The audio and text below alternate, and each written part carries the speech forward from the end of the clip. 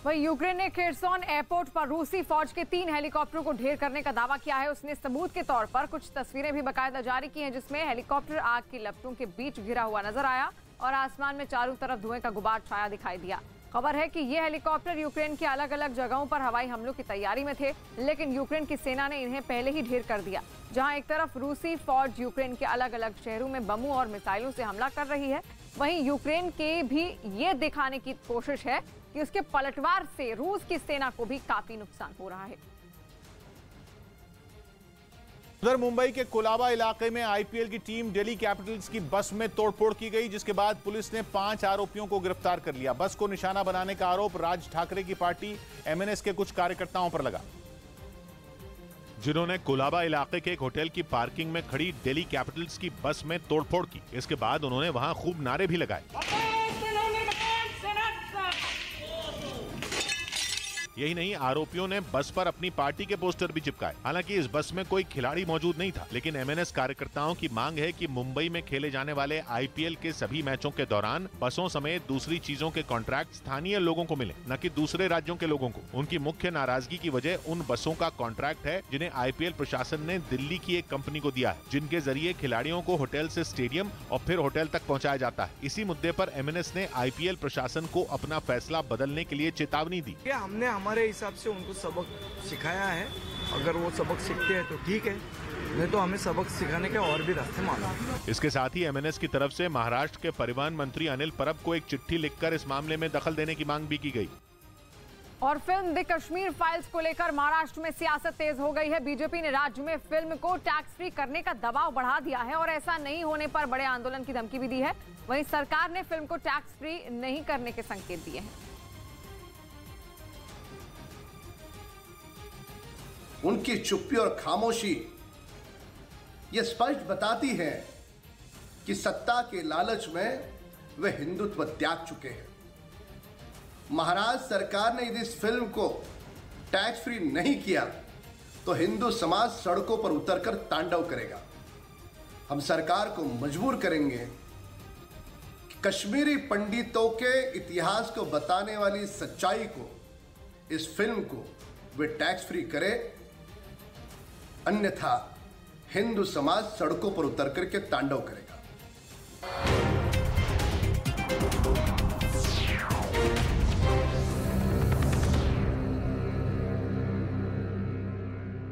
अस्पताल में ही कैद किए जाने की खबर है। यूक्रेन की कुछ एजेंसियों ने तो यहां तक दावा किया है कि अस्पताल से भागने की कोशिश करने वालों को देखते ही गोली मारने का आदेश दिया गया है। अस्पताल में डॉक्टर बेसमेंट में छुपकर मरीजों का इलाज कर रहे हैं। अस्पताल के अलावा रिहायशी इमारतें और कॉलेज भी रूस के आसमानी हमलों की चपेट में आ चुके हैं।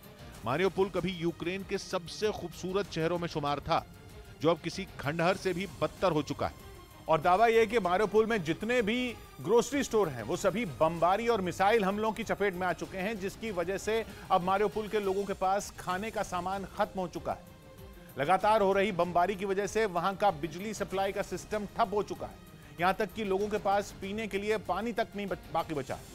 इसीलिए मार्च की शुरुआत में ही मारियोपोल से निकलने के लिए एक सेफ्टी कॉरिडोर बनाया गया था, जिसकी मदद से 2000 गाड़ियां शहर से बाहर निकल गई और लोगों ने करीब के एक दूसरे शहर में शरण ले ली। लेकिन बहुत जल्द सेफ्टी कॉरिडोर भी ठप पड़ गया और रूस की सेना ने शहर को पूरी तरह घेर लिया। कुछ एजेंसियों ने तो यहां तक दावा किया कि लोग सड़कों पर जमी बर्फ पिघलाकर पानी पी रहे हैं। अमेरिका की एक निजी सैटेलाइट कंपनी ने भी मारियोपोल की तस्वीरें जारी की। तस्वीरों के आधार पर दावा किया गया कि वहां बड़े पैमाने पर तबाही हुई है। शहर के बड़े बड़े हिस्से धुएं से ढके हुए दिखे। बताया जा रहा है कि बहुत से लोग तो कारों में ही फंसे हुए हैं, जिन्हें शहर से निकलने का रास्ता नहीं मिल रहा। एक तरफ यूक्रेन की सरकारी एजेंसियां आरोप लगा रही हैं कि रूस आम लोगों को निशाना बना रहा है, दूसरी तरफ रूस का दावा यह है कि मारियोपोल में आम लोगों को ढाल की तरह इस्तेमाल किया जा रहा है। उधर रूस की सेना ने यूक्रेन पर ड्रोन से हवाई हमले तेज कर दिए, जिसके कुछ वीडियो भी रूस के रक्षा मंत्रालय की ओर से जारी किए गए, जिनमें एक वीडियो चर्निव शहर के बाहरी इलाके में किए गए हमले का बताया गया, जिसमें रूसी सेना का ड्रोन एक रेलवे स्टेशन के पास मौजूद यूक्रेन की सेना के हथियारों के गोदाम और उसके पास खड़े ट्रकों को निशाना बनाता दिखा। इस हमले के बाद गोदाम से आग की ऊंची ऊंची लपटें उठती नजर आईं और वहां से निकल रहा काले धुएं का गुबार पूरे इलाके में फैल गया। इसी तरह का एक और वीडियो रूस की तरफ से जारी किया गया। हालांकि रूस की ओर से इस हमले की लोकेशन नहीं बताई गई, लेकिन जो तस्वीरें सामने आई उनमें रूसी सेना का एक ड्रोन यूक्रेन की सेना के ठिकानों पर बम गिराता नजर आया। इस हमले में धमाकों के साथ यूक्रेन की सेना की कई पोस्ट तबाह हो गईं। वहीं यूक्रेन ने सुमय में रूसी फौज के होवित्जर तोपों की एक डिवीजन को तबाह कर देने का दावा किया। यूक्रेन की तरफ से इस हमले का एक वीडियो भी जारी किया गया, जो सुमय के त्रोत्सेनेत्स इलाके का बताया गया। सुमय का यह इलाका पूरी तरह से बर्फ से ढका दिखाई दिया। तभी वहां एक धमाका हुआ और धुआं उठता नजर आया। इसके बाद वहां काफी बड़ा इलाका आग से घिरा दिखाई दिया। यूक्रेन के मुताबिक उनके हमले के बाद रूसी सेना की कई होवित्जर तोप आग की लपटों से घिर गईं और उनसे निकला धुआं कई किलोमीटर दूर तक नजर आया। यूक्रेन ने रूसी सेना पर रात में हुए एक हमले की तस्वीरें भी जारी की, जिनमें एक बड़े इलाके में एक के बाद एक कई धमाके होते दिखाई दिए। रात के अंधेरे में आग की ऊंची लपटें आसमान की तरफ बढ़ती नजर आईं। बताया गया कि इस हमले में एक रेलवे स्टेशन के पास छिपाकर रखे गए रूसी सेना के हथियारों को बर्बाद कर दिया गया। उधर यूक्रेन में जारी रूस की गोलाबारी की वजह से निकोलेव में एक तेल डिपो में आग भड़क उठी। बताया गया कि इसमें कई लीटर तेल मौजूद था और इसकी खबर लगते ही रूसी फौज ने उसे निशाना बनाकर गोलियां दागी, जिसकी वजह से वहां आग लग गई। डिपो में मौजूद तेल ने इसे भड़कने में और मदद की, जिसके बाद वहां आग के बड़े बड़े गोले बनते नजर आए। चंद सेकंड के अंदर पूरा का पूरा डिपो जलकर राख हो गया। रात के अंधेरे में जलता डिपो और उससे निकलने वाले धुएं की वजह से वो किसी ज्वालामुखी जैसा दिखाई पड़ा, जिसका वीडियो वहां मौजूद एक शख्स ने बना लिया। इस बीच उत्तरी यूरोप के देश एस्टोनिया में यूक्रेन की राजदूत ने पुतिन की फौज के खिलाफ चर्निव में लोगों पर फायरिंग का आरोप लगाया। दावा किया गया कि जब लोग ब्रेड खरीदने के लिए बाहर निकले थे तभी उन पर गोलियां चली। सबूत के तौर पर इसका एक वीडियो भी जारी किया गया, जिसमें कुछ शव जमीन पर चारों तरफ पड़े दिखाई दिए। आरोप है कि इन सबकी मौत रूसी सैनिकों की फायरिंग में हुई। दावा है कि ये सभी घर से बाहर निकलकर ब्रेड खरीद रहे थे, तभी रूसी फौज ने ताबड़तोड़ गोलियां बरसाईं, जिसमें 10 से ज्यादा लोगों की जान चली गई। खबर है कि रूसी सैनिकों ने इन लोगों को न कोई चेतावनी दी और न ही भागने का मौका दिया। जारी तस्वीर में एक तरफ लोगों के शव पड़े नजर आए तो वहीं दूसरी तरफ जान जोखिम में डालकर कुछ लोग एक गाड़ी के पास ब्रेड खरीदते दिखे। रूस और यूक्रेन में 21 दिन से भीषण जंग जारी है, जिसकी वजह से लोगों के लिए खाने पीने की चीजों का इंतजाम करना भी मुश्किल है। उधर रूस के सैनिकों पर यूक्रेन में आम लोगों की हत्या करने के आरोप लगे।